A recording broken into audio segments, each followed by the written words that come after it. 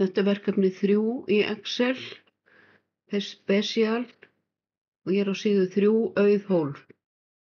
Ég ætla að smella hér í A2 og ég ætla að setja alla töfluna í blokk alveg niður í D23.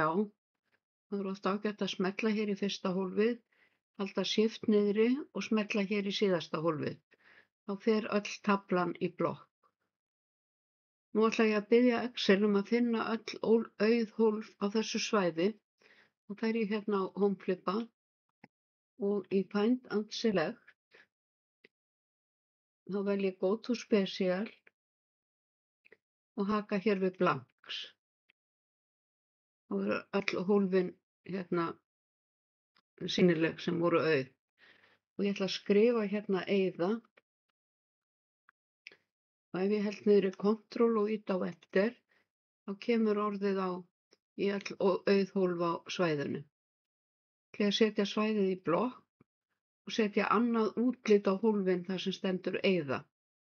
Þá fer ég hér í Conditional Formatting og New Rule og Format Only Cells that contain Specific Text og skrifa hér eyða. Og ég fer hér í Format til að velja útlit. Ég ætla að velja gulan bakgrunn og ramma í kring og OK. Og OK. Og þá sjáum þið að öll auð hólf eru nú með gulum bakgrunn og stendur eyða og rammi í kring. Og ég ætla að vista.